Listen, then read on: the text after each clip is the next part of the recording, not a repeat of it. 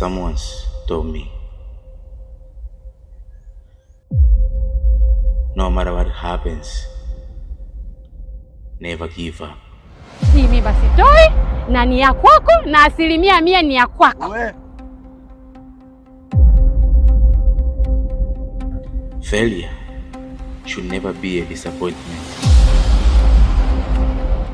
Instead, it should be a motivation factor.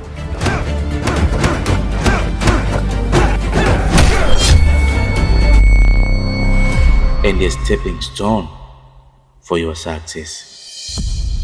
Nayahisi mapenzi mwenzenu nimekolea.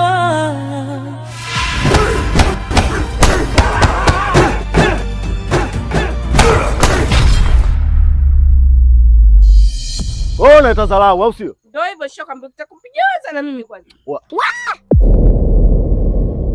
Usiseme kwa piga au. Geto langu, kitanda changu, unatembea demu wangu. Si unajua afuti shemeji yako mwanangu? Haijalishi unatembea gizani kiasi gani, usikate tamaa. Ipo siku mwanga utakuja.